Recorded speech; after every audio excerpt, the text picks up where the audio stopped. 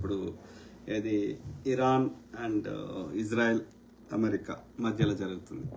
So ఈ యుద్ధం కానీ ఏ యుద్ధం కానీ ప్రపంచంలో ఇప్పటివరకు World War I కానీ World War II కానీ ఈవెన్ మన రాజుల కాలంలో ఏ రాజు యుద్ధం చేసుకున్నా సరే, లేదు మహాభారత యుద్ధం జరిగింది, రామాయణ యుద్ధం జరిగి ఉంటే, లేక కళింగ యుద్ధం అయితే చారిత్రక ఆధారం జరిగింది. అట్లా అనేక యుద్ధాలు జరిగినాయి. ఈవెన్ ఏది ఏ కాలంలో అయినా, ఆ కాలంలో అయినా ఈ కాలంలో అయినా ఎవరికి లాభం జరిగిందో మీరు చెప్పండి. చరిత్రలో యుద్ధం వల్ల నష్టమే నష్టమే నష్టమే. మహాభారతంలో లాస్ట్కు యుద్ధం అయిపోయినాక ఎంతమంది మిగిలినరు ఇరు పక్షాలలో, బోత్ సైడ్స్? ఏళ్ళ మీద లెక్క పెట్టవచ్చు, అవునా కాదా? ఏ యుద్ధం జరిగినా లాస్ట్కి యొక్క మహిళలు యొక్క విధవరాలుగా ఉండేవాళ్ళు, కొడుకులను కోల్పోయి భర్తలను కోల్పోయి కేవలం మహిళలే ఉండేవారు. అట్లాంటప్పుడు శ్రీకృష్ణుడు ఇంతమందిని చేసుకున్నాడు అంటే, అట్లా ఒక్కొక్క రాజుకి 10 మంది ఎందుకు ఉండేవారంటే వాళ్ళకి యుద్ధాలలో చనిపోయేటోళ్ళు. అట్లనే యుద్ధాలలో ఆ యొక్క బూతు బొమ్మలు గుళ్ళ మీద ఉండేటి ఎందుకంటే అది చూసైనా పిల్లలు కంటారని, యుద్ధానికి కావాలని. సో అంత ప్రాణ నష్టం జరిగేది యుద్ధం వల్ల. ఒక సైడ్ కాదు, ఇరు పక్షాలకి. గెలిచిన అన్నోడికి అంతే నష్టం జరిగేది, ఓడిపోయిన అన్నోడికి కూడా అంతే నష్టం జరిగేది. గుడ్ ఎగ్జాంపుల్ చెప్తా.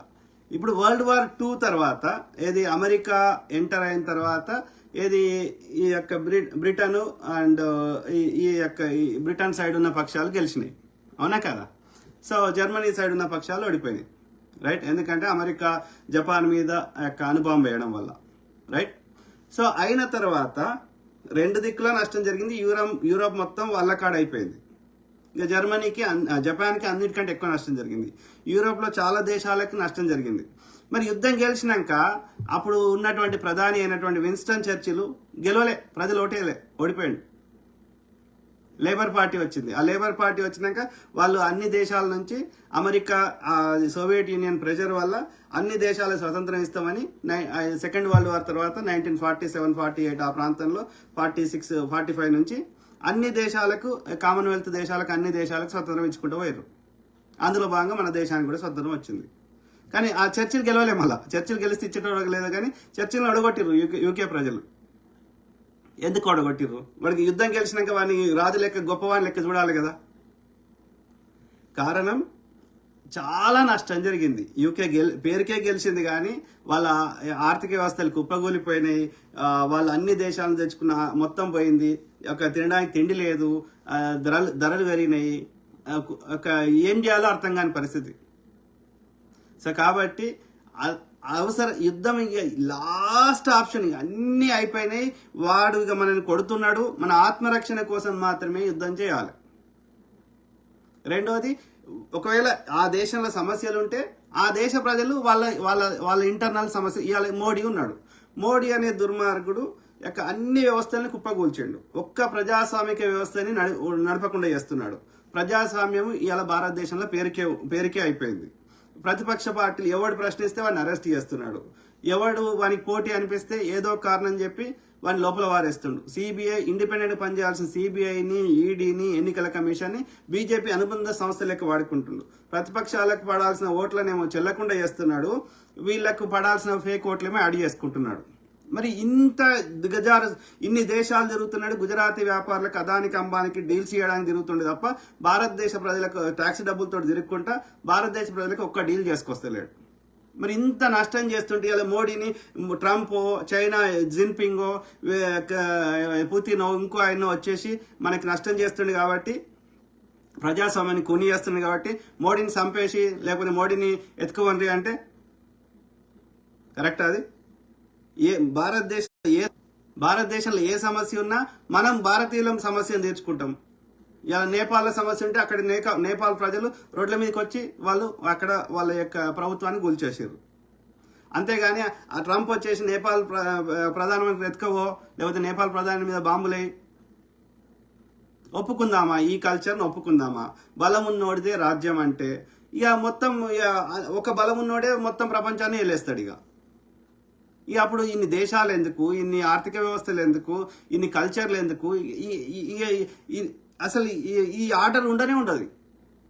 అది కరెక్టా? ఒక దేశ సార్వభౌమత్వాన్ని తీసే అధికారం ఇంకో దేశంకి ఉందా? ఒకవేళ ఆ దేశంలో ఇప్పుడు పాకిస్తాన్ ఉన్నది, అక్కడ అస్తవ్యస్తంగా ఉంది. బంగ్లాదేశ్లో ఎట్లున్నదో మనం చూస్తున్నాం. ఇవాళ ఇండియా పోయి పాకిస్తాన్ ప్రభుత్వం, ఇండియాకి ఎక్కువ మిలిటరీ పవర్ ఉంది కాబట్టి ఆ పాకిస్తాన్తో పోలిస్తే, బంగ్లాదేశ్తో పోలిస్తే ఆ దేశంలో ఇష్టం ఉన్నట్టు చేసేసి వద్దామా? వాడు మనకంటే బలహీనుడు ఉన్నాడు కాబట్టి. ఇది కరెక్టా? దానికి యునైటెడ్ నేషన్స్, ఐక్యరాజ్య సమితి ఎందుకు? ఒక సిస్టమ్ ఎందుకు? ఒక అంతర్జాతీయ కోర్టులు ఎందుకు? ఇరాన్లో ఏ సమస్య ఉన్నా ఇరాన్ ప్రజలు వాళ్ళు కొట్లాడుకుంటారు, తీర్చుకుంటారు. రైట్? ఎక్కువ మంది అక్కడ నచ్చకపోతే ఎక్కువ మంది రోడ్ల మీదకి వచ్చి వాళ్ళ ప్రాణాలకు తెగించి కొట్లాడి వాళ్ళ సమస్యను తీర్చుకుంటారు. దట్ ఈస్ ద అల్టిమేట్గా. ఇది ఇక్కడ కాదు, ప్రపంచంలో ఎంత పెద్ద పెద్ద నియంత్రణలు ఉన్న దేశాల్లో కూడా వేరే దేశం వాడు వచ్చి సాల్వ్ చేయలే. ఫ్రెంచ్ రెవల్యూషన్ వేరే పక్క దేశం వాడు వచ్చి చేయలే. రష్యా రెవల్యూషన్ పక్క దేశం వచ్చి చేయలే. ఆ దేశ ప్రజలు భరించలేనప్పుడు రోడ్ల మీదకి వచ్చి వాళ్ళ ప్రాణాలకు తెగించి కొట్లాడి ఆ నియంత్రణని రోడ్ల మీద హ్యాంగ్ చేసారు. సో కాబట్టి వాళ్ళ సార్వభౌమాధికారాన్ని, వాళ్ళ ఇంటిగ్రిటీని, వాళ్ళ యొక్క వాళ్ళ ఆ దేశానికి మనం గౌరవం ఇవ్వాలి. ఏదన్నా వాళ్ళ ఇప్పుడు నా ఇంట్లో ఏదన్నా సమస్య ఉంటే నాది నేను చీల్చుకుంటా, పక్కోడు వచ్చేసి తన్ని కొట్టిపోతా అంటే వానికేం అధికారం ఉంది? అవునా కాదా? సో ఆ క్రమంలో ప్రపంచంలో ఎక్కడ ఏ సమస్య ఉన్నా దానికి శాంతి చర్చలు, ఒక పీస్ డీల్ చేసుకొని దాన్ని ఒక అగ్రిమెంట్ తోటి ముందుకు పోవాలన్నా లేదా? ఇది కరెక్ట్ పద్ధత? బలం ఉంది కాబట్టి ఎవరైనా కొట్టేసి వస్తా అనేది కరెక్టా? ఈ ఆటవిక రాజ్యం, ఇప్పుడు సింహము అడవిలో ఉండి ఏ జీవులైనా అది ఆకలైనప్పుడే చంపుకొని తింటది, కానీ ఇక దానికి బలం ఉంది కాబట్టి అన్ని పొద్దుగాలేస్తే అన్ని జీవులను చంపేస్తుంది. అది దిస్ యాటిట్యూడ్ కరెక్టా? ఈ పద్ధతి కరెక్టా? ఇవాళ ఆ దేశం మీద అయితే రేపు ఇంకో దేశం మీద అవుతుంది, రేపు ఇంకో దేశం మీద అవుతుంది. Where it will end? అది ఒకటి ఆలోచించుకోండి ప్రతి ఒక్కరు. ప్లస్ అది మన దేశ సమస్య కాదు. అయినప్పటికీ ప్రపంచంలో ఎక్కడ ఏం జరిగినా దాని ఇంపాక్ట్ మన దేశంకి, అన్ని దేశాలకి అది ఉన్నది. అది స్పష్టంగా కనిపిస్తున్నప్పుడు అట్లాంటప్పుడు యుద్ధాన్ని, ఒకరు చచ్చిపోతే పండుగ చేసుకోవాల్సిన, సంకలు గుద్దుకోవాల్సిన అవసరం ఏమొచ్చింది? రైట్? ఏ దేశమైనా మనకి ఏదైనా వాళ్ళు నష్టం చేస్తే అది మనం చర్చల ద్వారా సాల్వ్ చేసుకుంటాం తప్ప, మనకి ఇరాన్ తోటి పాజిటివ్గా జరిగే కాడికి జరిగింది, కానీ మనకేం ఏ దేశంతో శత్రుత్వం లేదు. ఇరాన్ తోటి లేదు, ఇజ్రాయెల్ తోటి లేదు, ఇంకొని తోటి లేదు. మనం ఇప్పుడు కాదు, దేశం ఏర్పడినప్పటి నుంచి, రిపబ్లిక్ ఆఫ్ ఇండియా అయినప్పటి నుంచి కూడా నెహ్రూ గారు, అప్పుడున్న పెద్దలు ఐక్యరాజ్య సమితి ఏర్పాటు చేయడంలో కీలక పాత్ర పోషించారు. మా విధానం అలీన విధానం. మీరు సోవియట్ యూనియన్ అండ్ అమెరికా ఏమన్నా కొట్టుక సాగుంది, మాకు సంబంధం లేదు. మేము ఇప్పుడే స్వతంత్రం వచ్చిన దేశాలు, మేము ఏటి దిక్కు సైడ్ తీసుకోము. మేము నిష్పక్ష ఇండిపెండెంట్గా ఉండి మా దేశ అభివృద్ధి కోసమే మేము కష్టపడతాము. మేము వి డోంట్ టేక్ సైడ్స్ అని నాటి నుంచి నేటి వరకు మేము ఒక ఇండిపెండెంట్గానే ఉన్నాం. ఏదైనా శాంతి చర్చల ద్వారా మీ సమస్యను పరిష్కరించుకోండి అని చెప్పడం తప్ప మేము ఒక సైడ్ ఏనాడు తీసుకోలే, ఈనాడు కూడా తీసుకోవాల్సిన అవసరం మనకు లేదు. Common sense. అవునా కదా? సో అట్లాంటప్పుడు అక్కడ ఇప్పుడు ఆ ఖొమైనీ అనేట ఆయన మనకి ఎవరికేం చేసిండు? వాళ్ళ ఏదైనా ఇప్పుడు షరియా అని తప్పు పడతామంటే అన్ని దేశాల్లో ఉంది, ఆ దేశంలో లేదు కదా, ఇరాన్ ఒక్కటే లేదు కదా. ఇస్లామిక్ సున్నీ ఉన్న దేశాల్లో కూడా షరియా ఉంది కదా. మొన్న దుబాయ్లోనో కువైట్లో, నాకు గుర్తులేదు, సౌదీ అనుకుంటా, సౌదీలో. సో ఒక ఆయన తప్పు చేస్తే, దొంగతనం ఏదో చేస్తే వాళ్ళ కుటుంబానికి, వాళ్ళ మత పెద్దలు అందరూ బతిలాడినా కానీ పబ్లిక్లో అతన్ని చంపేశారు. సో ఇట్లా ఇప్పుడు ఈ ఆటవిక న్యాయం ఉన్న దేశాలు, ఆటవిక రాజ్యం, ట్రైబ్ కల్చర్ నుంచి వచ్చిన వాళ్ళకి కాదు అమెరికా ఇవాళ 20 ఏళ్ళు అక్కడెక్కడ ఆఫ్ఘనిస్తాన్లో ఉన్నది, రోడ్లు వేసింది, బిలియన్స్ ఆఫ్ డాలర్స్ ఖర్చు పెట్టింది, ఆయన బిన్ లాడెన్ చంపేసింది, అక్కడ ఉన్న లోకల్ పీపుల్కి, ఆఫ్ఘన్ ఆర్మీకి ట్రైనింగ్ ఇచ్చింది. అన్నీ చేసినాక కూడా మరి ఎందుకు వచ్చేసింది 20 ఏళ్ళ తర్వాత? వీళ్ళు రాగానే మళ్ళీ తాలిబాన్ ఎందుకు తీసేసుకుంది? ఇలా అంతకుముందు అమెరికాకు రాకముందు ఎట్లా ఉందో మళ్ళీ అదే తాలిబాన్, అదే ట్రైబ్ వాళ్ళే కదా పరిపాలిస్తుంది ఈరోజు. మరి 20 ఏళ్ళు మీరు అంతమంది అమెరికా సైనికులను చంపుకొని అంత ప్రాణ నష్టం చేసుకొని అన్ని బిలియన్స్ ఆఫ్ డాలర్స్ ఖర్చు వేస్ట్ చేసుకొని ఏం సాధించినావు? ఆ బిలియన్స్ ఆఫ్ డాలర్స్ ఇక్కడ ఉద్యోగాల కోసం, ఇక్కడ ఇన్ఫ్రాస్ట్రక్చర్ కోసం, ఇక్కడ రక్షణ రంగం కోసం ఖర్చు పెట్టుంటే బూడిదలో వచ్చిన పన్నీరు కాలే? అంటే నేను ఏమంటున్నా, యుద్ధం వల్ల ఒక్క సైడే నష్టం జరగదు. నేను చెప్పదలుచుకున్నది, వాడికి బలం, ఇప్పుడు ఇరాన్ అంటే ఎంత కొంత బలమైన దేశం, కానీ ఆఫ్ఘనిస్తాన్కి అయితే బలమే లేదు కదా, వియత్నాంకి బలమే లేదు కదా, క్యూబాకి బలమే లేదు కదా. మరి అంత బలహీన దేశంలో కూడా నువ్వు బాంబులు వేసేసి వచ్చినావు. నీకే నష్టం జరిగింది, వాళ్ళకి నష్టం జరిగింది. అవి ఎట్లయినా ఇప్పుడు గాజాల నష్టం జరిగింది వాళ్ళకి, కానీ వాళ్ళకంటే ఎక్కువ నీకు కూడా జరిగింది కదా, జరగలేదా? ఒక ఆ మిజైల్ తయారు చేయడానికి ఎన్ని డాలర్స్ ఖర్చు అవుతుందో, అందులో మెటీరియల్ కానీ దానికి ఎన్ని రోజులు పడుతుందో కనుక్కోండి. ఒకటి ఆ ఇంటర్సెప్ట్ చేసేది కానీ అది అట్లాంటి నీకు స్టాక్ పైల్స్ అవన్నీ ట్యాక్స్, అమెరికా ప్రజల ట్యాక్స్ డబ్బులతోటే కదా అవి తయారు చేసేది యుద్ధ సామాగ్రి. అవన్నీ నాశనం చేస్తున్నట్టే కదా. ఇప్పుడు అమెరికా పౌరులు 6 చచ్చిపోయారు కదా, ఇంకెంత నష్టం జరుగుతుందో తెలియదు కదా. ఇది డైరెక్ట్గా చూస్తున్న నష్టం. ఇలా ఎన్ని విమానాలు ఆగిపోయినాయి ప్రపంచం మొత్తం, ఎంత వ్యాపారాలు ఆగిపోయినాయి, ఎన్ని ముడి సరుకుల యొక్క ఓడలు ఆగిపోయినాయి, ప్రపంచంలో స్టాక్ మార్కెట్లు ఎన్ని పడిపోయినాయి, ఎంత ఆర్థిక నష్టం జరుగుతుంది, ఎంత ప్రాణ నష్టం జరుగుతుంది, ఎంత మెంటల్ స్ట్రెస్ ఉంది అందరికీ అక్రాస్. ఒకప్పుడు ఏంటంటే యుద్ధం చేసుకుంటే ఆ 2 దేశాలకే నష్టం జరిగేది, ఆ 2 రాజ్యాలకే నష్టం జరిగేది. ఇవాళ ఏమైపోయింది, ప్రపంచం అంతా ఇంటర్నెట్, గ్లోబలైజేషన్, ఎకానమీస్ ఒకదాని యొక్క డిపెండెంట్, సప్లై చైన్, అది ముడి సరుకులు కావచ్చు, మెటల్స్ కావచ్చు, లేకపోతే రేర్ ఎర్త్ ఖనిజాలు కావచ్చు, అన్ని ఒక దేశం ఇంకో దేశంకి ఎక్స్పోర్ట్ ఇంపోర్ట్ అంతా ఇంటర్నెట్ ఇంటర్ డిపెండెన్సీ అయిపోయింది. అన్ని కంపెనీలు సేమ్ కంపెనీ అన్ని దేశాల్లో ఉండడం జరుగుతుంది. సో ఇట్లాంటప్పుడు నువ్వు ఒక పేక మేడలకి నేను ఒకటే పేక తీసిన అనుకుంటే, ఆ ఒకటే తీస్తే అది మొత్తం డిపెండెంట్ ఉంది, అన్ని పేకలు కూలిపోతున్నాయి, మొత్తం మేడ కూలిపోతుంది. నువ్వు ఒక్కదాన్ని నష్టం జరుపుతా అంటే ప్రపంచ వ్యవస్థ మొత్తం ఇంటర్ కనెక్టెడ్ అయి ఉంది. అది కనిపిస్తుందా లేదా క్లియర్గా? స్టాక్ మార్కెట్లు పడిపోతున్నాయా లేదా? ధరలు పెరుగుతున్నాయా లేదా? చూడండి, పెట్రోల్ రేటు మొన్నటికి ఇప్పటికి ఎంత పెరిగింది చూడండి. ఏం సాధిస్తున్నావు? ఇప్పుడు 86 ఏళ్ళకి వచ్చిండు, ఇవాళ కాకపోతే ఇంకో 4 ఏళ్ళకైనా ఆయన ఎట్లయినా చచ్చిపోతాడు. ఈవెన్ ట్రంప్ చచ్చిపోడా? సీనియర్ బుష్ చచ్చిపోలే? అప్పుడు గల్ఫ్ వార్ అయినప్పుడు ఎవడైనా వెనక ముందు పోవాల్సింది కదా. ట్రంప్ కూడా 80 ఏళ్ళకి వచ్చిండు కదా. సో ఏం సాధిస్తావు? ఎదుటి పండుగని నువ్వెందుకు పండుగ చేసుకుంటున్నావు? ఎవరు కరెక్ట్ ఉన్నారు? కొమేని 100% కరెక్ట్ లేడు, ట్రంప్ కరెక్ట్ లేడు, మోడీ కరెక్ట్ లేడు. ఏ దేశ వ్యవస్థలో ప్రతి దేశంలో మంచి చెడు 2 ఉన్నాయి, అవునా కదా? ఏదైనా ఇరాన్ సమస్య ఉంటే వాళ్ళే తీర్చుకుంటారు. ఇప్పుడు అమెరికాని లాగాల్సిన అవసరం ఏమొచ్చింది? ఇక్కడ ఇజ్రాయెల్ ఆధిపత్య ధోరణి తప్ప ఇక్కడ ఎవరికి ఇజ్రాయెల్ చేసే కుట్రల వల్ల అమెరికాకు నష్టం జరుగుతుంది తప్ప, అమెరికా ఆర్థిక వ్యవస్థ కుప్పగొలిపోతుంది, ప్రపంచ ఆర్థిక వ్యవస్థ కుప్పగొలిపోతున్నాయి తప్ప ఇవాళ ఎవరికి ఏమొచ్చింది? అసలు సమస్య ఎక్కడిది? ఈ 1945 సెకండ్ వరల్డ్ వార్ కంటే ముందు ఆడ ఇజ్రాయెల్ దేశమే లేదు. ఆడ బ్రిటిష్ వాడు ఈవెన్ ఇవాళ ఉన్న అరబిక్ దేశాలే లేవు, దుబాయ్లు ఇవన్నీ ఏవి లేవు. ఆటోమన్ సామ్రాజ్యం ఉండే ఇస్తాన్బుల్, టర్కీ కేంద్రంగా. సో ఈ దేశాలు ఏర్పడ్డాక ఇవాళ ఇజ్రాయెల్ ఒక బానికి 55% భూమి ఇజ్రాయెల్కి ఇచ్చారు, 45% పాలస్తీన్కి ఇచ్చారు. 2 సపరేట్ దేశాలు చేసుకొని మంచిగా సంతోషంగా ఉండొచ్చు కదా. వాడి నీ మీద దాడి చేస్తే వాడి మీద చేయి, నీ దగ్గర న్యూక్లియర్ వార్ హెడ్స్ ఉన్నాయి, అన్నీ ఉన్నాయి. అంతేగాని ఇవాళ వాడిని అన్ని రకాల ఇబ్బంది పెట్టి వాని దేశం మొత్తంగా ఆక్యుపై చేస్తా అంటే వాడిని మీద దాడి చేసే గాజా. వాడు దాడి చేస్తే మళ్ళీ నువ్వు ఉల్టా దాడి చేస్తేవి అంటే ఏంది? నీ ఆధిపత్యాన్ని వాని మీద రుద్దుతా, వాని బతకనియా అంటే ఎంతవరకు కరెక్టు? నువ్వు 1945 కంటే ముందు ఆడ నీ దేశమే లేదు. ఆడ నువ్వు నీ ఇస్లామిక్ దేశాలు అయినప్పుడు నువ్వు అన్ని దేశాలకు వారిపోయినావు. అక్కడ నువ్వు వాళ్ళని వివక్ష చేస్తే ఆడ హిట్లరు నిన్ను హోలోకాస్ట్ చేసే. అంటే ఎందుకు ఈ వార్ మాంగరింగ్, ఆధిపత్య ధోరణి, ఈ వార్ మాంగరింగ్ ఎందుకు? అన్నదమ్ముల లెక్క కలిసి ఉండొచ్చు కదా. ఇది అన్ని దేశాలకు వర్తిస్తుంది.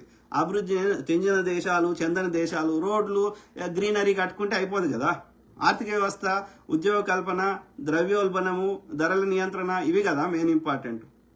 సాధారణంగా చరిత్రలో ఎవరైతే సోకాల్డ్ అభివృద్ధి దేశాలు తమ యొక్క ప్రధానులు కానీ ప్రెసిడెంట్లు కానీ తమ పరిపాలనలో ఫెయిల్యూర్స్ నుంచి ప్రజల దృష్టి మరల్చడానికి మన మోడీ ఎన్నికల ముందు బాంబులు వేసినట్టుగా, ఈ మతం చుట్టూ తిప్పినట్టుగా ఇట్లా ఈ అభివృద్ధి అయిన దేశాలు తమ ఫెయిల్యూర్స్ నుంచి ఎన్నికల ముందు ప్రజల దృష్టి మరల్చడానికి యుద్ధానికి పోతున్నారు. అది ఉక్రెయిన్ సంబంధించిన ఆయన కానీ ఏదో పిచ్చి కారణం అని చెప్పి ఇవాళ ఈ యొక్క ఇజ్రాయెల్లో ఎన్నికలు జరగాలి. నెతన్యాహు ఎప్పుడో దిగిపోయేటాడు. ఇప్పటి వరకు యుద్ధం అనుకుంటా, ఎన్నికలు లేదు, అక్కడ ఏం లేదు. నెతన్యాహు మీద ప్రజల లోపల తీవ్ర వ్యతిరేకత. దాని నుంచి ప్రజల దృష్టి మరల్చడానికి యుద్ధం నడిపిస్తూనే ఉన్నాడు. ఎవరికి నష్టం జరుగుతుందిరా అయ్యా? ఇజ్రాయెల్ సామాన్య ప్రజలకు నష్టం జరుగుతుంది, మిగతా చుట్టుపక్కల ఉన్న దేశాల ప్రజలకు నష్టం జరుగుతుంది, ప్రపంచ ఆర్థిక వ్యవస్థలకు పగులుతుంది, ప్రాణ నష్టం జరుగుతుంది. మొత్తం నాశనం అన్ని దేశాలకు జరుగుతుంది. ఇజ్రాయెల్ జరుగుతలేదా? ఓన్లీ ఆ గాజాకే జరిగిందా? వాళ్ళు ఎట్లయినా చచ్చిపోయారు. ఇక చచ్చిపోయిన వాళ్ళని ఏం చంపుతావు? కానీ నీకు కూడా నష్టం జరుగుతుంది కదా, రోజు బంకర్లలో పోయి దాచుకోవాల్సి వస్తుంది కదా, అలా ఆర్థిక వ్యవస్థ కుప్పగొలిపోతుంది కదా. ఆలోచించండి మిత్రులారా. ఓకే, సో అంటే ఈ సంకల్ప బుద్ధుకునే వాళ్ళు, ఈ యొక్క ఎవడు చచ్చిపోతే పండుగ చేసుకునే వాళ్ళు మూర్ఖులు. వీళ్ళు ఏ విషయం మీద పరిజ్ఞానం లేని అంధభక్తులు, ఎడ్డినా కొడుకులు. అర్థమైందా? ఆలోచించమని ప్రాధేయపడుతుంది. ఇలా ఇప్పుడు యుద్ధ సామాగ్రి అంతా అయిపోతుంది. మళ్ళీ వేరే వాడు వచ్చి నీ మీద బాంబులు వేస్తే నువ్వు మళ్ళీ కొట్లాడడానికి నీకు శక్తే ఉండదు. నీకు ఆ స్కిల్ ఉన్నటువంటి ఆర్మీ అలసిపోయి ఉంటారు. అలెగ్జాండర్ గెలిచిండు అంటారు. అలెగ్జాండర్ ఎందుకు భారతదేశం చైనాకి ఇవ్వలేదు? మళ్ళీ అవన్నీ గెలుచుకుంటూ వచ్చే వరకు ఆయనకు శక్తి అయిపోయింది. ఇక వాళ్ళకి భారతదేశంలో వాళ్ళకి ఇక గెలిచే శక్తి లేకుండే. వీళ్ళకి ఏనుగులు అత్యంత సామాగ్రి ఉండే చిన్న దేశాలు గెలుచుకుంటూ వచ్చిండు. భారతదేశం రాగానే గెలిచే శక్తి లేకుండే. ఆయన తోటున్న వాళ్ళందరూ ఇక మేము మాట్లాడు కాదని వెనక తిరిగారు, వెనక పోవాల్సి వచ్చింది. పోతూ మార్గ మధ్యలోనే వాళ్ళకి మళ్ళీ కొట్లాడే చంపేసిర్రా, చచ్చిపోయిండా తెలియదు. మొత్తం మీద చచ్చిపోయిండు. వాళ్ళ ఆర్మీ జనరల్స్ చంపేసిర్రా, లేకపోతే ఈ దోసుకున్న దాంట్లోకి వెళ్ళి వాళ్ళ వాళ్ళ కొట్లాట వచ్చిందా, ఇంకేదైనా కారణమా, ఇంకేదైనా అభిప్రాయ భేదం వచ్చిందో తెలియదు. కానీ మొత్తం మీద అయితే తిరుగు ప్రయాణంలో చచ్చిపోయిండు. విశ్వవిఖ్యాత విజేత అలెగ్జాండర్ గ్రేట్ అని చెప్పుకుంటే ఆయన. అర్థమైందా? సో ఆ క్రమంలో ఇప్పుడు ఒకప్పుడు యుద్ధం చేస్తే 2 దేశాలకే నష్టం జరిగేది. ఇప్పుడు ఆ పరిస్థితి లేదు. ప్రపంచానికి నష్టం జరుగుతుంది. ఏ చిన్న దేశం పెద్ద దేశం కొట్లాడినా సరే. ఇలా బంగ్లాదేశ్ నుంచి, ఇండియా నుంచి, మెక్సికో నుంచి, బ్రెజిల్ నుంచి, అనేక దేశాల నుంచి అనేక వస్తువులు అనేక దేశాలకి ఎక్స్పోర్ట్ అవుతాయి. బట్టలు, కూరగాయలు, తర్వాత ఐటీ సేవలు, తర్వాత బీఫ్, ఇట్లా రకరకాలు. కాబట్టి అక్కడ రెస్టారెంట్ నడవాలంటే ఇది పోవాల్సింది ఆడికి. ఈ యొక్క మిడిల్ ఈస్ట్ కంట్రీస్ నుంచి గ్యాస్. సో కాబట్టి అక్కడ కావాల్సిన మెడికల్ ఎక్విప్మెంట్ కావాలంటే ఈ దేశాల నుంచి పోవాలి. కాబట్టి ఇలా కొట్లాడితే ఒక్క దేశంకే నష్టం జరగదు. ప్రపంచంలో ఉన్న ఆర్థిక వ్యవస్థలు అన్నిటికీ కుప్పగొలిపోతున్నాయి. అది స్టాక్ మార్కెట్లు క్లియర్గా చూపెడుతున్నాయి. అర్థమైందా? నిరుద్యోగం క్లియర్గా చూపెడుతుంది. ద్రవ్యోల్బణం క్లియర్గా చూపెడుతుంది.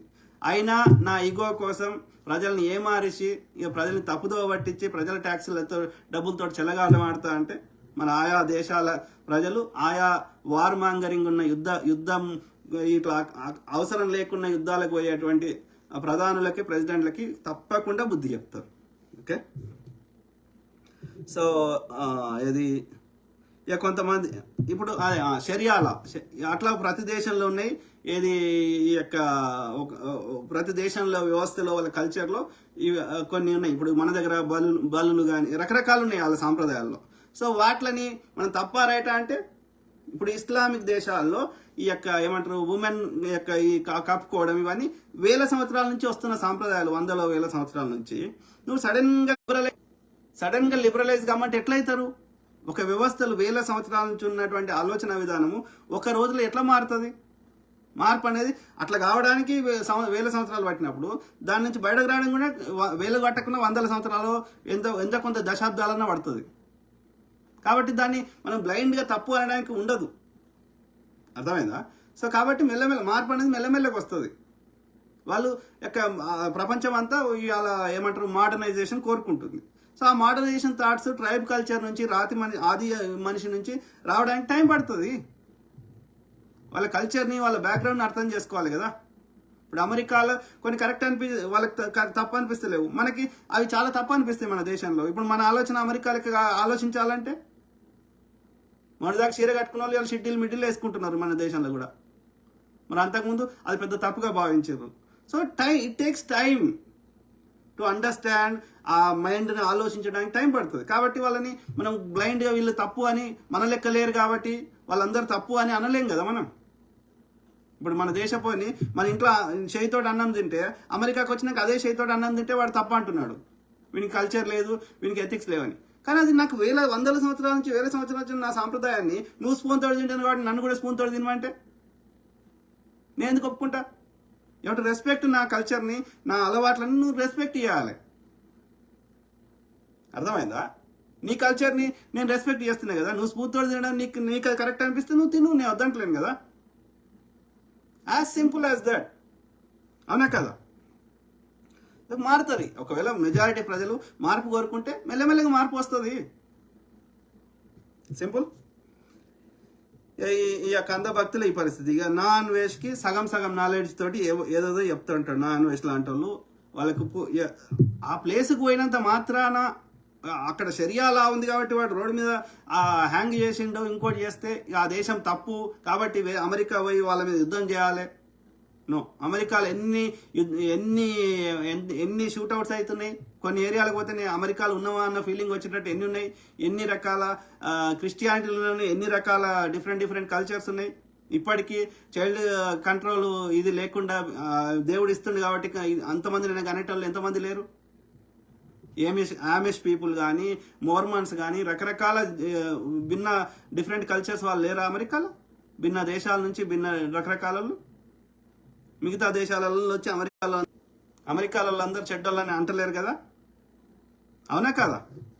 సో కాబట్టి ఎవరి యొక్క యూనిక్ ఐడెంటిటీని, యూనిక్ కల్చర్ని, వాళ్ళ యొక్క సాంప్రదాయాలని మనం గౌరవించాలి. ఓకే. ఏదైనా మార్పు కావాలనుకుంటే అక్కడి దేశ ప్రజలే మెల్లమెల్లగా అక్కడ వాళ్ళతోటి మార్పుని వాళ్ళు నిరసన తెలిపో ఇంకో రకంగానో వాళ్ళు కొట్లాడో రోడ్ల మీదకి వచ్చో వాళ్ళు మార్పు తెప్పించుకుంటారు. దానికి టైం పడుతుంది, ఓపిక పట్టాలి. ఓకే. కానీ ఇక్కడ అవన్నీ లేవు. ఇక్కడ కేవలం ఆధిపత్య ధోరణి నడుస్తున్నది.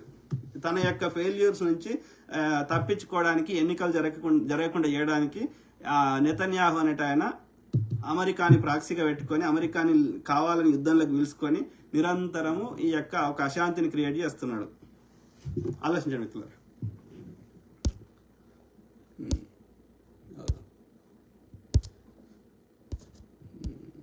రాజేష్ మామిడిపల్లి. యుద్ధము దేనికి సమాధానం కాదు. గాంధీ గారి విగ్రహాలు కట్టుకోవడం కాదు. గాంధీ గారి స్ఫూర్తిని, గాంధీ గారి వాళ్ళ గాంధీనే వాళ్ళు తిడుతున్నారు కదా బ్రదర్. ఒకడైతే బాబనోడు నాతోటి పుష్యమిత్ర శింగుడు ఎందుకు చంపిండు బుద్ధుని యొక్క అదే మన యొక్క అశోక చక్రవర్తి యొక్క మునిమన్మని బృహద్రథుని అంటే వీళ్ళు యుద్ధం చేస్తలేరు, శాంతిని కోరుకుంటారు. కాబట్టి శాంతి అనేది వీడికి నచ్చదండి బాపనానికి. వీడు ఎందుకంటే ఇప్పుడు ఇది ఇండియా మదర్ ల్యాండ్ అంట, ఇజ్రాయెల్ ఫాదర్ ల్యాండ్ అంట. అంటే మోడీ ఫాదర్ ల్యాండ్, మోడీ అక్కడి నుంచి వచ్చినా అని చెప్తున్నాడు మనకి. అర్థమైందా? సో కాబట్టి వాళ్ళకి పితృస్వామ్య వ్యవస్థ, మేల్ డామినేషన్ అండ్ యొక్క ఏది ఇండియా ఏంటంటే ఫీమేల్ మదర్ని, స్త్రీని పూజిస్తారు అన్నట్టు. అక్కడ ఫాదర్ని పూజిస్తారు. సో అది వాళ్ళ యొక్క ఫాదర్ అని చెప్తున్నారు. ఇది నా మదర్ ల్యాండ్. ఎందుకంటే వాడు వచ్చేటప్పుడు ఇండియాకి వచ్చేటప్పుడు ఆర్యుడు వాళ్ళ స్త్రీలను తీసుకురాలే కాబట్టి వాడు నెక్స్ట్ జనరేషన్ మదర్ ఏంటంటే ఇక్కడ ఇండియాలో మదర్, అందుకని మదర్ ల్యాండ్ అంటున్నాడు. అక్కడ ఫాదర్ వాడి జీన్స్ అక్కడి నుంచి వచ్చింది కాబట్టి, వాడు అక్కడి నుంచి వచ్చింది ఆర్యుడు కాబట్టి అది ఫాదర్ ల్యాండ్ అని చెప్తున్నాడు. సో యుద్ధం. సో ఆ క్రమంలో ఆ యొక్క మునిమన్మని ఎందుకు చంపిండి బాపనోడైన పుష్యమిత్ర శింగుడు అంటే వానికి శాంతి నచ్చదు అన్నట్టు.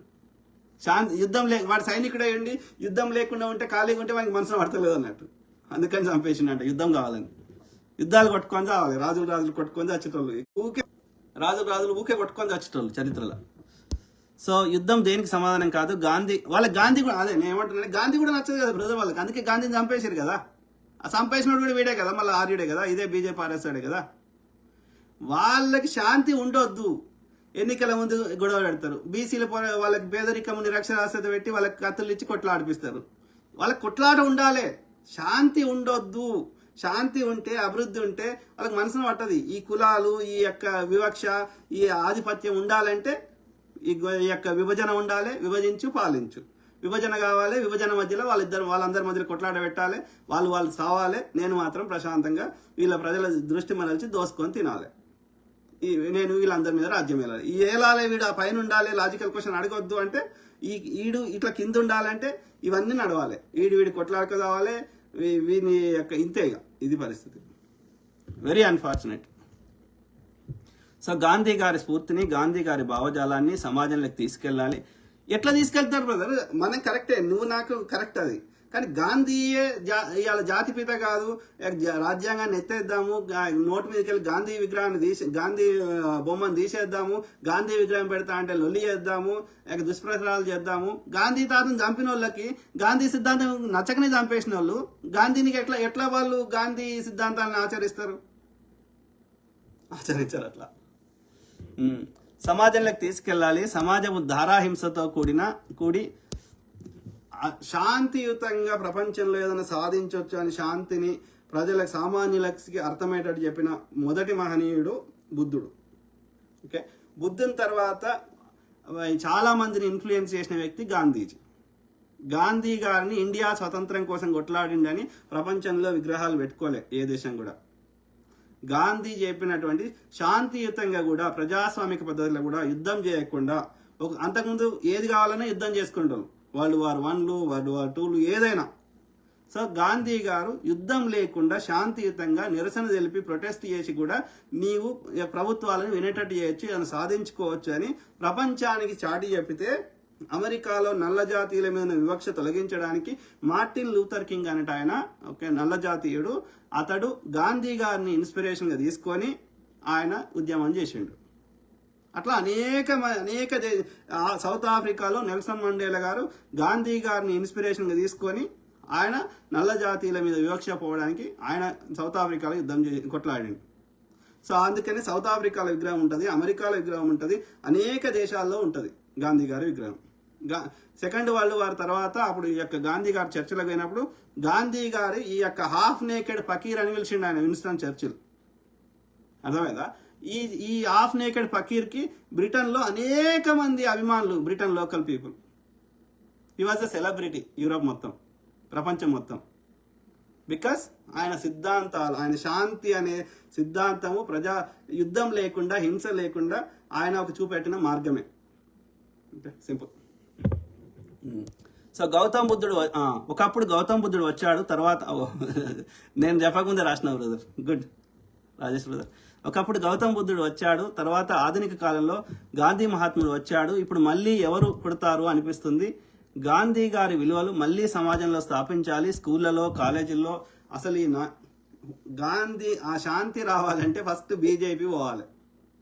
బీజేపీ కానీ, బీజేపీ లాంటి ఐడియాలజీ ఉన్న నెతన్యాహులు కానీ, ఇంకోరు కానీ వాళ్ళు దిగిపోయినప్పుడే ఈ శాంతి వస్తుంది. వాళ్ళు ఉన్నన్ని రోజులు ఏదో ఒక పిచ్చి కారణం చెప్పి యుద్ధానికి పోతారు. ఆడ పిచ్చి కారణం దొరకకపోతే వీడే కావాలని క్రియేట్ చేస్తాడు ఆ పిచ్చి కారణం. అంతే. ఎందుకంటే వీడి దోపిడి నుంచి, వీడి ఫెయిల్యూర్స్ నుంచి ప్రజల దృష్టి మరల్చాలి, లేకపోతే ఓట్లు పడాయి. సింపుల్. ఓకే. సో గాంధీ గారి విలువలు మళ్ళీ సమాజంలో స్థాపించాలి, స్కూళ్ళలో, కాలేజీల్లో. అసలు ఈ నాయకుల భావజాలాన్ని, గాంధీ గారి గురించి మాట్లాడాలి. గతంలో ఏం లేదు, అన్ని వ్యవస్థ, ప్రజాస్వామిక వ్యవస్థలన్నీ కంట్రోల్లో పెట్టుకొని, ఇంక్లూడింగ్ మీడియాతో సహా పొద్దుగా లేస్తే ఈ దుష్ప్రచారాలు చేస్తున్నారు. ఓకే, ప్రజల్ని ఎడ్యుకేట్ చేయాల్సిన అవసరం ఉంది. చేస్తూనే ఉందాం, నిరంతరం వాళ్ళకి అర్థమయ్యేట్టు చెప్పుదాం.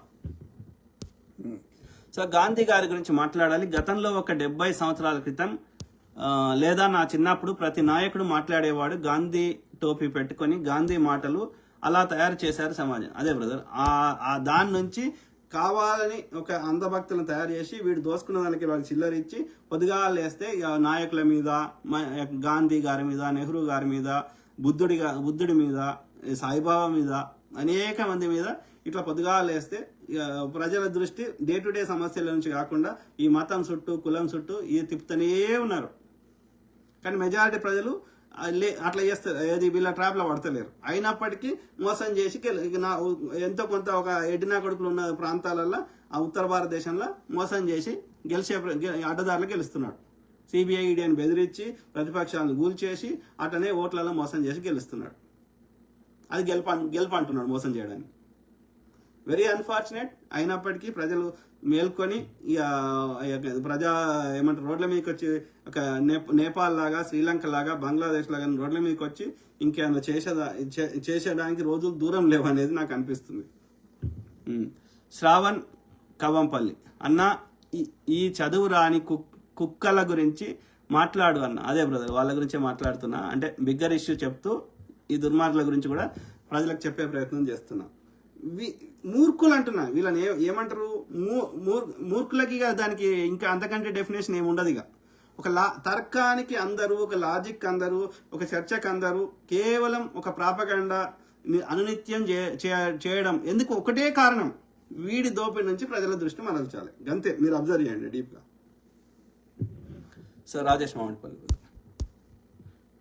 బ్లాక్మెయిల్ చేస్తున్నారు, బ్లాక్మెయిల్ అంటే చేస్తున్నారు బ్రదర్. ఈ చిన్న పిల్లలతో చెప్పించింది అంతా ఇజ్రాయెల్ ప్రభుత్వ.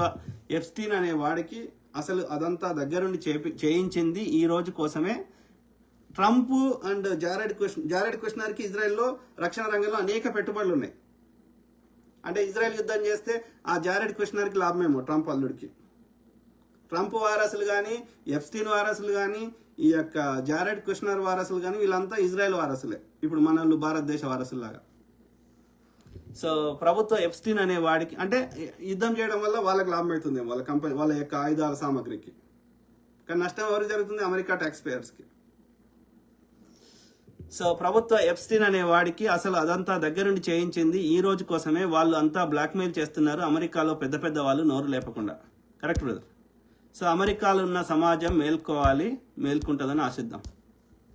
సో మెజారిటీ ప్రజలు ఏ దేశంలో అయినా అమెరికాతో సహా ఓకే వాళ్ళు ఉన్నారు చెప్తున్నారు. కానీ ఈ మీడియాని కంట్రోల్లో పెట్టుకొని పొద్దుగా లేస్తే ఇప్పుడు బైడెన్ అంటే ఆయనకు 4 ఏళ్ళు ఉన్నప్పుడు ఆయనకు ప్రజలు ఓట్లు వేసినప్పుడు ఆయన ఏం చేయాలనో చేసిండు. ఆయన వద్దు, ఆయనకంటే నేను మంచిగా చేస్తా అంటే నీకు అవకాశం, ఆయనకంటే మంచిగా చేస్తా అంటే నీకు అవకాశం ఇచ్చారు. పొద్దుగా లేస్తే ప్రతి ప్రెస్ కాన్ఫరెన్స్ ఆయన తిట్టాల్సిన అవసరం ఏమొచ్చింది? ఆయన చేసేది ఆయన చేసిండు. ఆయనకు శాతగాంది నువ్వు చేస్తా అంటే నువ్వు తీసుకున్నావు. మళ్ళీ ఆయన తిట్టాల్సిన అవసరం లేదు కదా. నీవు వచ్చి కూడా 1 year అయింది కదా. నువ్వేం చేస్తావో చూపెట్టాలి. కానీ మళ్ళీ ఆయన తిడితే ఏమొస్తుంది? ఆయన వద్దని పక్క పెట్టినాక అట్లా నడుస్తున్నది.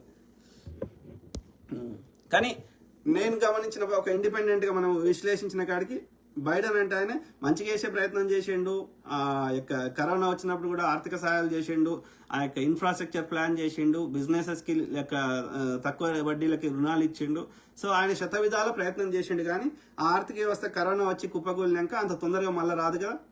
అంటే ఆయన మంచి చేసే ప్రయత్నం చేసిండు. కానీ అది ఏమంటారు, నష్టం మాత్రం చేయలే, నాశనం చేయలే. ఇంకా ఇప్పుడు ట్రంప్ ఏం చేస్తుండో ఆయన మొత్తం అందరూ ఇబ్బంది పడుతున్నారు. ఇలా టారిఫ్స్ అంటారు. టారిఫ్స్ ఎవరికి వేస్తున్నాడు? వేరే దేశాలకు వేస్తలేడు. ఆ వస్తువు వీడ దొరకది. ఆ వస్తువు నువ్వు ఇంపోర్ట్ చేసుకుంటే నాకు ఎక్కువ ట్యాక్స్ కట్టాలంటుండు. ఎవడు కట్టాలి? వేరే దేశపోడు కడుతుంటా? అమెరికా వాడే కట్టాలి అని చెప్పి వాళ్ళకి కోర్టుల కేసేసి ఇక్కడ ఉన్న ఈ యొక్క వ్యాపారస్తులు కానీ ప్రజలు కానీ కోర్టుల కేసేస్తే నీ దగ్గర న్యాయం ఉంది కాబట్టి నీకు అనుకూలంగా తీర్పిస్తే కోర్టును కూడా తిడుతున్నాడు. ఇప్పుడు జామకాయలు ఉన్నాయి, అవి అమెరికాలో వండి మెక్సికోలో వండుతాయి. మెక్సికో నుంచి నేను ఇంపోర్ట్ చేసుకుంటే నాకు ట్యాక్స్ వేస్తే మరి నేను అంటే కంపల్సరీ నేను ఎక్కువ పైసలు ఇచ్చి కొనుక్కోవాలి కదా ఆ వస్తువు. నువ్వు మరి అమెరికాని ఇబ్బంది పెడుతున్నావు, వేరే దేశ పని ఇబ్బంది పెడుతున్నావు, ఇద్దరిని ఇబ్బంది పెడుతున్నావు. ఏం లాభం? ఇప్పుడు ఆ వస్తువు చైనాలో తయారవుతుంది, ఆ వస్తువు అమెరికాలో తయారు చేస్తే ఎక్కువ రేట్ అవుతుంది. ఆ వస్తువుని అమెరికాలో తయారు చేస్తే ఎవడు కొన్నాడు ఆ రేట్కి అన్నప్పుడు ఆ వస్తువుని నేను తక్కువ రేటుకి ఇంపోర్ట్ చేసుకోకుండా నువ్వు టారిఫ్లు వేయడం వల్ల లాభం ఏంది? కొన్ని దేశాల్లో అమెరికా తయారు చేసే వస్తువులు తయారు చేయరు. విమానాలు ఫ్రాన్స్లో ఒకటి ఉంది, కమర్షియల్ విమానాలు తయారు చేసేది. అమెరికాలో ఒకటి ఉంది, బోయింగ్. ఓకే, ఆడ ఎయిర్ బేస్ ఉంది. లేదు యొక్క ఏమంటారు మెడికల్ ఎక్విప్మెంట్స్ ఉన్నాయి, చాలా దేశాలు తయారు చేయి. వాటిని అమ్ముకో నువ్వు. లేదంటే నువ్వు వాళ్ళతో ఒక చర్చలు చేసి ఇగో నేను టారిఫ్ లేకుండా నేను ఈ ట్రేడ్ డీల్లో ఇంపోర్ట్ ఎక్స్పోర్ట్స్ అది డిఫరెన్స్ తగ్గించడానికి మీరే చెప్పండి ఏం చేద్దామని అడగండి.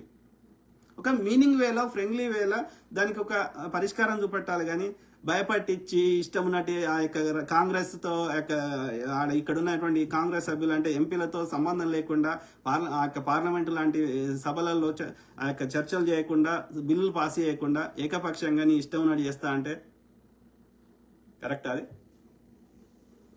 సో రాజేష్ మాడుకులు ప్రజలకి ఇంకా అర్థం కావట్లేదు అంటే అవన్నీ చేసుకుంటే మళ్ళీ అన్ని అబద్ధాలు చెప్పుడు ప్రెస్ కాన్ఫరెన్స్కి వచ్చి ఎవడన్నా గట్టిగా ప్రశ్నిస్తే నువ్వు ఆ మీడియా నువ్వు ఈ మీడియా నువ్వు కమ్యూనిస్ట్ టెర్రరిస్టు ఇంకోటి అని వాళ్ళని ఏమంటారు మన దగ్గర వీడు దేశద్రోహి అన్నట్టు. సేమ్ డిట్టో మోడీ ఏం చేస్తుంటో ఇక్కడ అదే జరుగుతుంది. ప్రజల్ని ఏమార్చడము లేకపోతే వాళ్ళని బుల్లింగ్ చేయడం. Very unfortunate.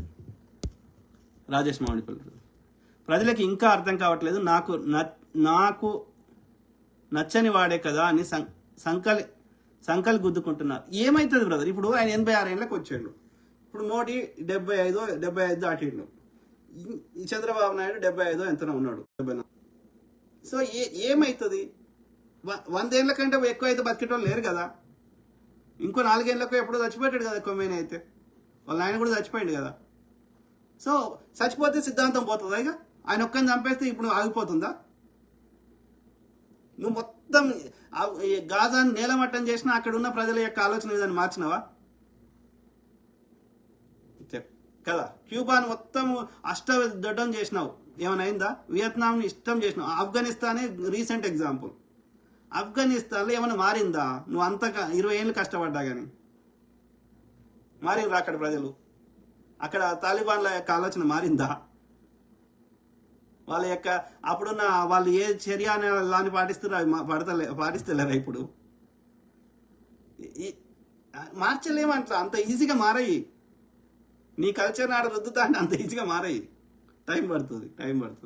అక్కడి ప్రజల యొక్క చైతన్యంతో మారుతాయి అది మెల్లమెల్లగా.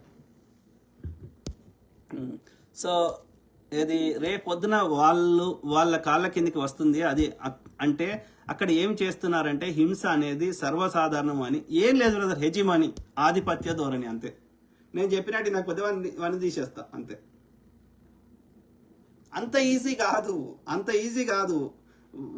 అంత ఈజీ అయితే అట్లా మారుతారే అనుకుంటే అది పొరపాటు. అది అనేక ఎగ్జాంపుల్ చూపెడుతుంది చరిత్రలో. టెంపరీగా మారినట్టు అనిపించినా ఇన్ ద లాంగ్ రన్ మళ్ళీ సేమ్ అవుతుంది అది. ఓకే. సో అంటే అక్కడే కాబట్టి నేను ఏమంటున్నా అంటే ఈ సమస్యలకి ఏకైక పరిష్కారం శాంతియుతంగా ఒక ఫ్రెండ్లీ వాతావరణంలో ఒక పీస్ డీల్ చేసుకోవడం మాత్రమే సమస్యలకు పరిష్కారం. అది ఇజ్రాయెల్ పాలస్తీనా పెద్ద ఇష్యూ కానే కాదు.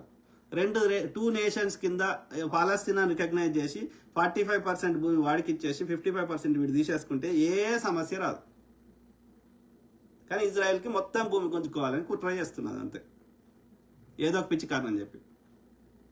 అప్పుడు యుద్ధం జరుగుతూనే ఉంటుంది, ఇట్లానే ఉంటుంది. అది దాన్ని అంత పెద్ద నేషనల్ ఇష్యూ చేసుకోవాల్సిన అవసరం లేదు ఇజ్రాయెల్కి. నీ దేశమే లేదు ఆడ సెకండ్ వరల్డ్ వార్ కంటే ముందు. Simple. They don't want to do it. They want to occupy entire thing. So అంటే ఇక్కడ ఏం చేస్తున్నారంటే హింస అనేది సర్వసాధారణం అని చూపెట్టదలుచుకున్నారు. అసలు శాంతి కానీ హింస ఒకటే కాదు కదా బ్రదర్, ఒక్క ప్రాణ నష్టమే కాదు కదా. ప్రాణ నష్టం ఇప్పుడు అమెరికా సైనికులు పోయింది కదా, ఒక్క ప్రాణ నష్టంతో లేదు కదా. ఇలా అమెరికాకి ట్రంప్ ట్వీట్ చేసిండు మా యొక్క ఏమంటారు మిలిటరీ సామాగ్రి అయిపోతుంది అని. వేరే దేశాల్లో ఉన్నటువంటి అత్యాధునిక టెక్నాలజీ అయినటువంటి మిలిటరీ బేస్లలో ఉన్న అమెరికా మిలిటరీ బేస్లో ఉన్న వేరే దేశాల్లో ఉన్నటువంటి అన్ని సౌత్ కొరియాలో ఇంకో దగ్గర ఉన్నాయన్నీ ఇప్పుడు మళ్ళీ ఈ మిడిల్ ఈస్ట్కి తెప్పిస్తున్నాడు. అంటే ఇప్పుడు ఆ దేశాల మీద ఇంకా వేరే దేశాల సౌత్ కొరియా నుంచి సౌత్ కొరియా మీద అటాక్ చేయొచ్చు కదా. సో అమెరికా నష్టం జరుగుతలేదా? జరుగుతుంది, చాలా జరుగుతుంది. ఆ మార్కో రూబియో విదేశాంగ శాఖ మంత్రి చెప్తున్నాడు ఇరాన్ 100 మిజైల్ తయారు చేస్తే వాటిని కూల్చడానికి కావాల్సిన ఇంటర్సెప్టార్ మిజైల్స్ ని మేము 6 తయారు చేస్తున్నాం అంటున్నాడు. సో వాడు 100 వేస్తే నువ్వు 6 కొడితే మిగిలిన 94 పడతాయి కదా. సో కాబట్టి ఒక్క ఇంటర్సెప్ట్ మిజైల్ ఎంత ఉంటుంది? మిలియన్సా బిలియన్సా? సో కాబట్టి ఓన్లీ ఇరాన్కి ఒక్కదానికి నష్టం జరుగుతుంది ఎవడని సంకల్పం గుద్దుకుంటే వారంతా మూర్ఖులు లేడు. కాకపోతే అమెరికా ఒప్పుకుంటుందా, వాస్తవాలను అంగీకరిస్తుందా, ఓటమిని తన నష్టాన్ని కూడా అంగీకరిస్తుందా అంటే అది వారి విజ్ఞతకు వదిలేరు. కానీ ఇండిపెండెంట్గా రిపోర్ట్ చేసేటోళ్ళు, ఇండిపెండెంట్గా యుద్ధం మీద జర్నలిజం చేసేటోళ్ళు వాళ్ళు వాస్తవాలు అయితే ప్రజలకు చెప్తారు కదా. సో చూపెట్టదలుచుకున్నారు అనేది శాంతి అనేది మాటలు చెప్పడమే తప్ప కరెక్ట్ బ్రదర్. ఏదో ఒక పిచ్చి కారణం చెప్పాలి, ఆధిపత్య ధోరణి అంతే. అలీ సయ్యద్ బాగా గడ్డి పెట్టు భయ్యా, వాస్తవాలు చెప్తా బ్రదర్. నేను ఎవరికి నెగిటివ్ మాట్లాడతాను, పాజిటివ్గా మాట్లాడతాను.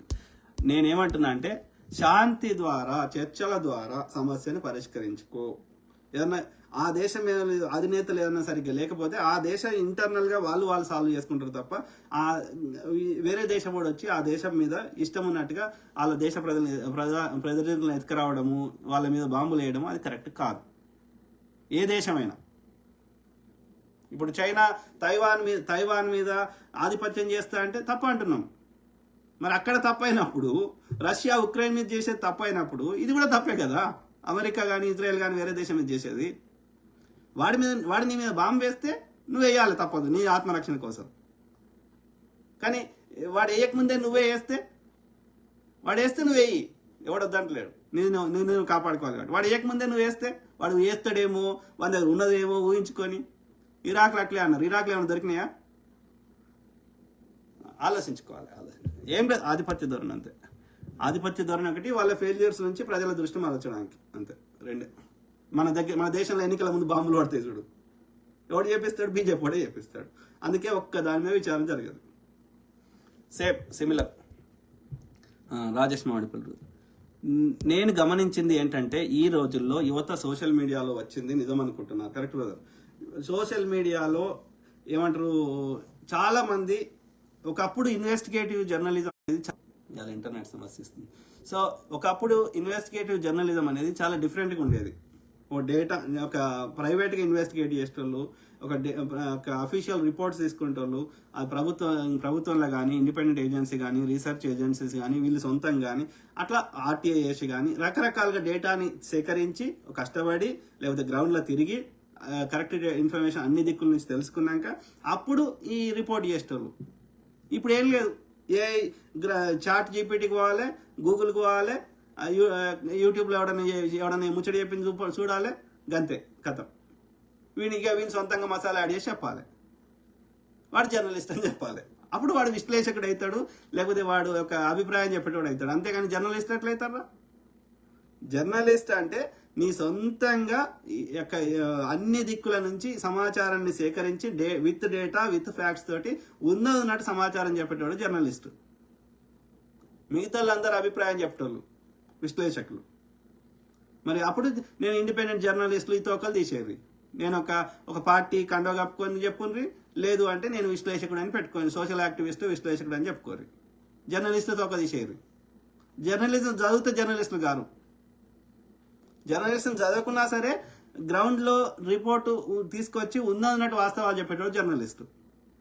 మిగతా వాళ్ళందరూ మల్లిగాడు ఇంకా డాష్లు అందరూ ఇక దొంగ నా కొడుకులు, బీజేపీ బీఆర్ఎస్ కార్యకర్తలు లెక్క పనిచేస్తున్నారు. ఈరోజు ఎవడు చిల్లర ఇస్తే వాని పాట పాడుతున్నారు, వానికి తగ్గట్టుగా కథ అల్లుతున్నారు. వీళ్ళు ఎట్లా జర్నలిస్ట్ అవుతారు? ఇప్పుడు మొన్న ఆ చిన్న పాప చనిపోయిన దానిలో అది ఎందుకైంది, ఆ పాపను ఎందుకు తెచ్చిండ్రు, ఎవరు తెచ్చిండ్రు, వీళ్ళ స్టోరీ చెప్పు. ఎవరైతే తన్నిండ్రు అంటారో వాళ్ళ స్టోరీ కూడా చెప్పు. 2 వర్షన్లు నువ్వు ప్రజల ముందు పెట్టు, ప్రజలు నిర్ణయిస్తారు ఎవడు తప్పు చేసిండు అనేది. నువ్వు పోయింది లేదు, నువ్వు చేసింది లేదు, ఎవడో యూట్యూబ్లో మాట్లాడింది నువ్వు విని నువ్వు నీ సొంత కవిత్వం చెప్తా అంటే దాన్ని అంటారు జర్నలిజం అని? ఆలోచించండి మిత్రులారా ప్లీజ్. ఓకే. సో యువత సోషల్ మీడియాలో వచ్చింది నిజం అనుకుంటున్నారు. దానికి అందుకే ఏమంటున్నా అంటే దీనికి రెగ్యులేషన్ ఉండాలి. అంటే ప్రభుత్వం నుంచి అక్రిడేషన్ తీసుకొని ప్రభుత్వము యొక్క ఏది నువ్వు డేటాతోటి చెప్పు. ప్రభుత్వం నిన్ను నిర్బంధం చేస్తా అంటే అట్లా గలవది, కానీ but with facts with data చెప్పు, సింపుల్. సో దానికి కారణము పుస్తకాలు చదివితే అలవాటు లోపించడం. మీరు చెప్పండి బ్రదర్, ఈ కాలంలో ఇంకా ముందు తరంలో కూడా ఈ యువతలో పుస్తకాలు చదివే అలవాటు పెంపొందించాలంటే ఏం చేయాలి? ఏం చేస్తాం బ్రదర్? సమాచారం అనేది ఇంటర్నెట్లో వస్తున్నది, ఈ బుక్స్లో వస్తున్నది, యూట్యూబ్లలో వస్తుంది, అన్నిట్లలో అన్ని రకాల యూట్యూబ్లలో కూడా. యూట్యూబ్లో అందరూ ఇట్లా లేరు. ఎస్పెషల్లీ ఇంగ్లీషు వాటిలో డాక్యుమెంటరీస్ కానీ ఇంగ్లీష్లో వచ్చేటి చాలా వరకు వాళ్ళు విత్ ఫ్యాక్ట్స్ చెక్ చేసినాకనే చెప్తారు. ఎందుకంటే ఆయా దేశాల్లో చట్టాలు స్ట్రిక్ట్గా ఉన్నాయి కాబట్టి నీ ఇష్టం ఉన్నట్టు ఫాల్స్ నరేటివ్ చెప్తా అంటే అక్కడ ఏమంటారు వాళ్ళ పర్మిషన్ రద్దు అయ్యే అవకాశాలు ఎక్కువ ఉంటాయి కాబట్టి. సో రిలేటివ్లీ ప్లస్ వాళ్ళ కల్చర్లో ఈ ఫేక్ చెప్పే కల్చర్ రిలేటివ్లీ తక్కువ చాలా దేశాల్లో. ట్రంప్ లాంటి వాళ్ళు చెప్తున్నారు కానీ ట్రంప్ పక్క పెడితే ట్రంప్ యొక్క అంధభక్తులను పక్క పెడితే మెజారిటీ ప్రజలు కానీ ఇండిపెండెంట్ వ్యక్తులు కానీ ఇది ఫ్యాక్ట్ చెక్ చేసి విత్ డేటాతో చెప్తున్నారు అక్రాస్ ద వరల్డ్. కాబట్టి నీకు కరెక్ట్ ఇన్ఫర్మేషన్ ఆ టాపిక్ మీద కొంచెం ఎక్కువ డీటెయిల్స్ రావాలంటే ఒక ఛానల్ కాకుండా 4-5 ఛానళ్ళు కానీ యూట్యూబ్లో అయినా సరే 4-5 ఛానళ్ళు కానీ ఇది ఇంగ్లీష్ ఛానల్లో చూస్తే కొంత నీకు ఇండిపెండెంట్ సమాచారం దొరికే అవకాశం ఎక్కువ ఉంటుంది. అర్థమైందా? ఇప్పుడు అల్ జజీరా ఇంగ్లీష్ ఛానల్ ఉంది. సో అల్ జజీరా సో అందులో కొంచెం ఈ యొక్క అమెరికన్ ఛానళ్ళ కంటే కొంచెం బెటర్ ఇన్ఫర్మేషన్. ఇది అమెరికాలో ఏంటంటే ట్రంప్ ఏం చెప్తే అదే చూపెడతారు, అమెరికా గొప్పదని చూపెడతారు. కానీ అక్కడ వాస్తవం ఏముందని other side of the version తెలవాలంటే ఇంకో సైడ్ కూడా అక్కడ ఉన్న ఇప్పుడు ఇరాన్ గురించి ఇంకా కొంచెం ఎక్కువ తెలవాలంటే ఇరాన్ ఛానల్ చూస్తే తెలుస్తుంది. ఇప్పుడంటే ఆడ ఇంటర్నెట్ బంద్ అయింది కానీ జనరల్గా చెప్తున్నా. ఇప్పుడు రష్యా గురించి ఆడ ఉక్రెయిన్ యుద్ధంలో వీళ్ళ అమెరికా వర్షనే కరెక్టా లేదా అంటే రష్యన్ ఛానల్ చూస్తే కూడా కొంత అక్కడ నిజంగా వాళ్ళ సైడ్ ఏమో అంటే ఏమంటున్నా అంటే ఎక్కడ కానీ 2 sides ఆఫ్ 2 వర్షన్లు వినండి అంటున్నా. మొగుడు పెళ్ళాం కొట్టుకున్నా మొగడి వర్షన్ ఒకటే వినకండి, ఆ పెళ్ళాం వర్షన్ ఒకటే వినకండి, 2 వర్షన్లు వినండి అంటున్నా. అప్పుడు కంక్లూజన్. కానీ మన దగ్గర ఏంది ఆడామ వచ్చేసి ఏడ్చుకుంటూ వచ్చి చెప్పగానే ఆడామదే కరెక్ట్ అంటారు. కానీ వాళ్ళిద్దరి మధ్యలో ఎందుకు అయింది, వాడు నేను కొట్టినంటే అంతకుముందు మీకు వానికి మధ్యలో ఎందుకు గొడవ అయింది, ఎవరికి గొడవ కయ్యం స్టార్ట్ చేసారు, ఒక ఫిజికల్ కొట్టుడు ఒకటే తప్ప మిగతా వాడిని ఆర్థికంగా ఇబ్బంది పెట్టడో వాడిని ఎమోషనల్గా బుల్లింగ్ చేసుడో లేకపోతే అఫైర్లు పెట్టుకుండో ఇవన్నీ కరెక్టా? ఎందుకు వచ్చింది ఆ సిచ్యువేషన్? నువ్వేం చేసినావు? 4 రకాల అబ్యూస్ జరుగుతాయి.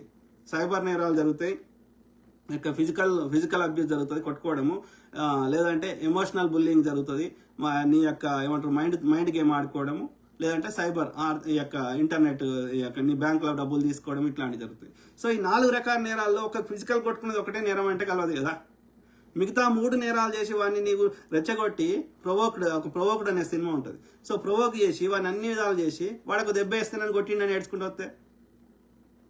సో కాబట్టి నేను ఏమంటున్నా అంటే మొత్తం స్టోరీ తెలుసుకోండి, ఎందుకు స్టార్ట్ అయింది, ఎట్లా స్టార్ట్ అయింది, నువ్వేం చేసినావు, వాడేం చేసిండు, ఇది మొత్తం తెలుసుకొని అప్పుడు ఒక కంక్లూజన్కి రండి. వాడు చేసింది ఏం తప్పు, నువ్వు చేసింది ఏం తప్పు అని. మనల్ని అట్లా కాదు. వాడు ఆడామె ఏడ్చుకుంటూ రాగానే కథ చూసినావా వాడు కొట్టిండు, వాడు వరకట్న బాధితుడు, 3 ఏళ్ళు అయినాక పెళ్ళి ఇక విడిపోయే టైంలో బయట అఫైర్లు పెట్టుకొని అన్ని కథలు పడి ఇక కలిసి ఉండే లేనప్పుడు అప్పుడు 3 ఏళ్ల కింద నా మొగుడు కొట్టిండు అని చెప్పి గృహహింస అని ఒక కేసు, డివిసి అని డొమెస్టిక్ వైలెన్స్ అని, ఇంకోటి 498 అని. ఇప్పుడు 99% అవే. నిజంగా వాడు కొట్టింటే ఆ కొట్టినప్పుడు వాడు అడిగినప్పుడు అప్పుడు కథ పెట్టాలి. ఇక విడిపోయే టైంలో నీ యొక్క అఫైర్లు బయటకు వచ్చినాయి, ఇక వాడు కలిసి ఉండలేము అప్పుడు కాదు కదా పెట్టేది.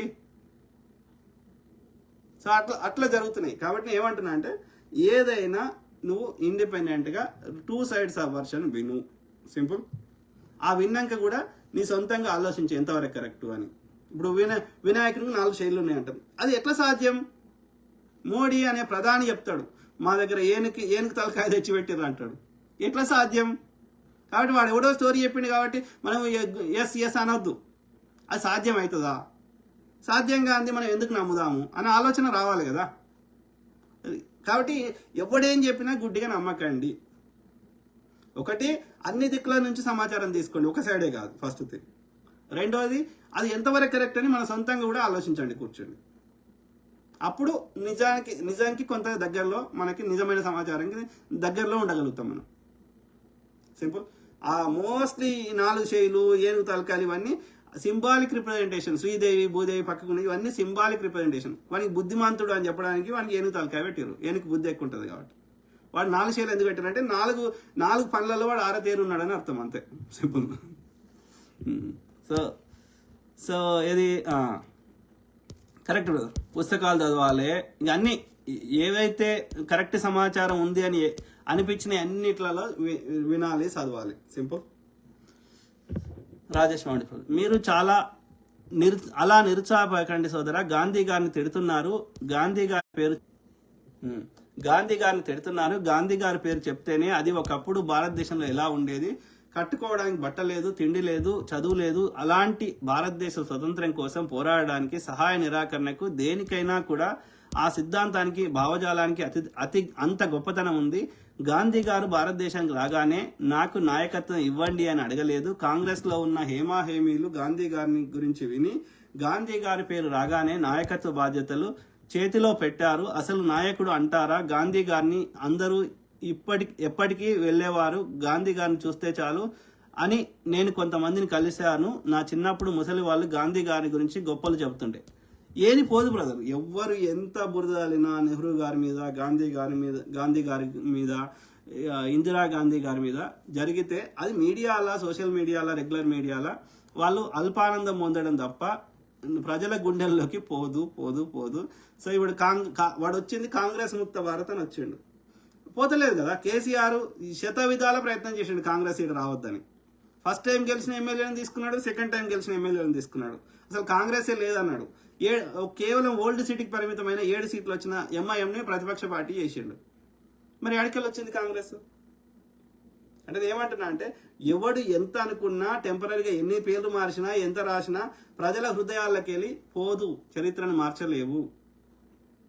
భారతదేశాన్ని మొఘలు పరిపాలించారు అనేది ఏది కోటలు కట్టారు, లేకపోతే మైదానాలు నిర్మించారనేది, ఆ ఎర్రకోటను మొత్తం భూస్థాపితం చేసినా, తాజ్మహల్ మొత్తం భూస్థాపితం చేసినా ఆ చరిత్రలోకి వెళ్ళి పోదు.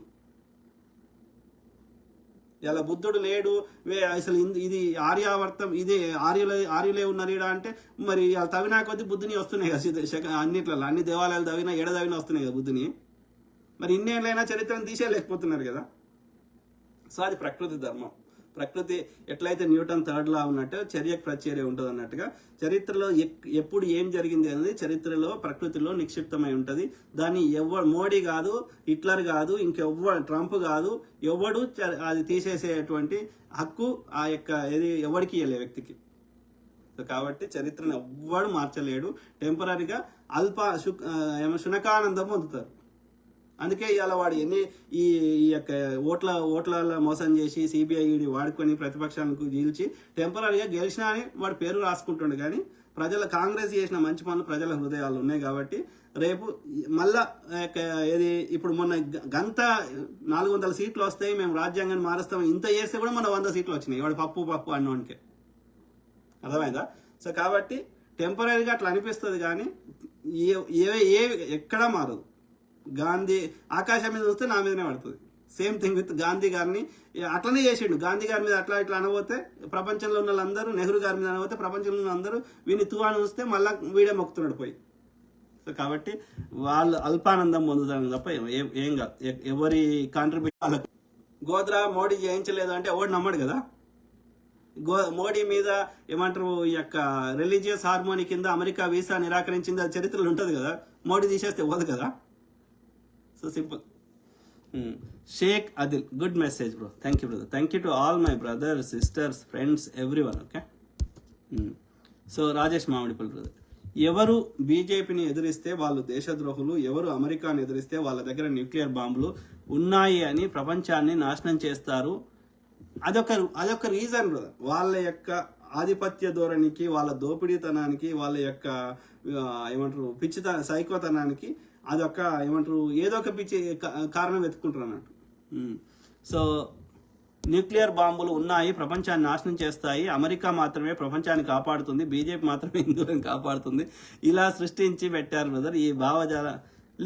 ఏదో కొద్దిమంది అంధభక్తులు వాళ్ళ ట్రాప్లో పడతారేమో కానీ మెజారిటీ ప్రజలకి వాస్తవాలు తెలుసు. కానీ శునకాన్ని తీసుకొచ్చి ఆడ కూర్చుండబెట్టినప్పుడు ప్రస్తుతానికి ఏం చేయలేరు కాబట్టి వాళ్ళు ఇక మనసులో పెట్టుకొని ఉంటున్నారు. కానీ టైం వచ్చినప్పుడు వడ్డీతో సహా కల్పిస్తారు. ఓకే, వాళ్ళ మనసులో ఉన్నదైతే పోదు. ఓకే, వాళ్ళు కామ్గా ఉంటారు. వాళ్ళు పబ్లిక్లో వచ్చి మాట్లాడరు. ఈ దుర్మార్గులే మాట్లాడతారు కాబట్టి వీళ్ళు చెప్పిందే నిజం అనుకుంటే అది భ్రమ. అర్థమైందా?